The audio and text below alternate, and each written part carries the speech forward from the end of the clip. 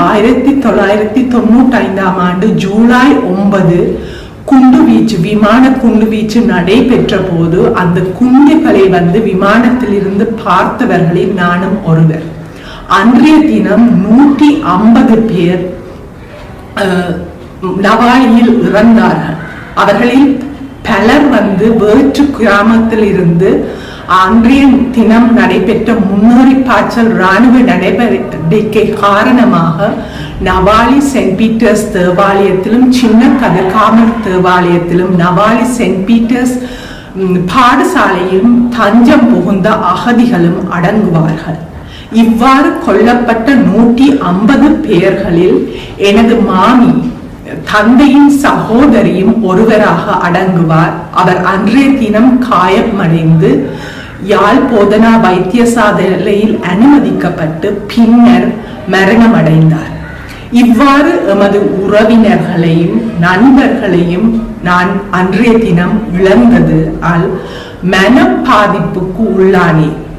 அன்றைய தினம் கேட்ட அழுக்குரல் ஆனது அந்த ஈஸ்டர் குண்டு தாக்குதல் நடைபெற்ற போது மீண்டும் எனது வாழ்க்கையில் அது மீள வந்தது.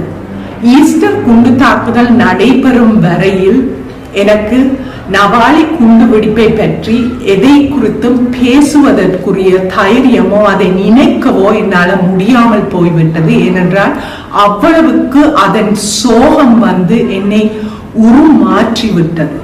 ஆனால் ஈஸ்டர் தாக்குதலின் போது மீண்டும் நவாலியின் நினைவுகள் மீள வந்ததால் அதற்காக நான் உள ரீதியான சிகிச்சை முறையை பெற்றதால் அந்த நவாலி கதையை இன்று உங்களோடு பகிர்ந்து கொள்ளக்கூடியதாக இருக்கின்றது.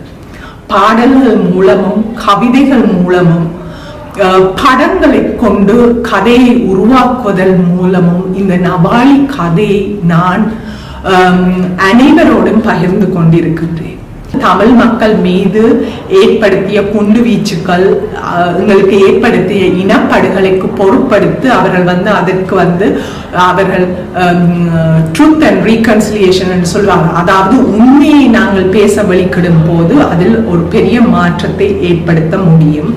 ஆகவே அது எனது எதிர்பார்ப்பு. அது என்னை மாத்திரமல்ல தமிழ் மக்களையும் அப்படி ஒன்று உண்மையை கூறக்கூடிய சந்தர்ப்பம். அதாவது எங்களுக்கு என்னென்ன பிரச்சனைகள் ஏற்பட்டது என்று கூறுவதும் அதே நேரம் அதை ஏற்படுத்தியவர்கள் அதை பொருட்படுத்தி அதற்காக மன்னிப்பு கேட்டு அதற்கான பாதிப்புகள் இருந்து எங்களுக்கு ஏதோ ஒரு விதத்துல ஒரு நன்மையை செய்வது. ரைட், இறந்தவர்களை நாங்கள் திரும்பி பெற முடியாது. ஆனாலும் அந்த நினைவேந்தல்களை நடத்துவதற்குரிய சுதந்திரத்தை தருவது. ஆகவே இவ்வாறான விடயங்களும் எங்களுக்கு முழுமையாக இன்றும் கூட அவர்களை நினைக்க கூட ஒரு தடையாக இருக்கிறது. ஆகவே அவ்வாறான தடைகள் நீக்கப்பட்டு நாங்கள் சுதந்திரமாக நமது கதையை கூறக்கூடிய அனுமதி நமக்கு இருக்க வேண்டும். என்னன்னு சொன்னால் இந்த அரசு வெளியிட்ட அந்த அறிக்கையில் இந்த நவாலி குண்டுவெடிப்புக்கான காரணம் எது என்று எங்களுக்கு தெரியாது என்ற ஒரு விடயம்தான் இருக்கின்றது. ஆகவே இந்த நவாலி குண்டுவெடிப்பு ஸ்ரீலங்கா விமானப்படையால் நடத்தப்பட்டது என்பதற்குரிய ஆதாரங்கள் இருக்கின்றது. ICRC அந்நேரம் அது வெளியிட்டுள்ளது. அத்துடன்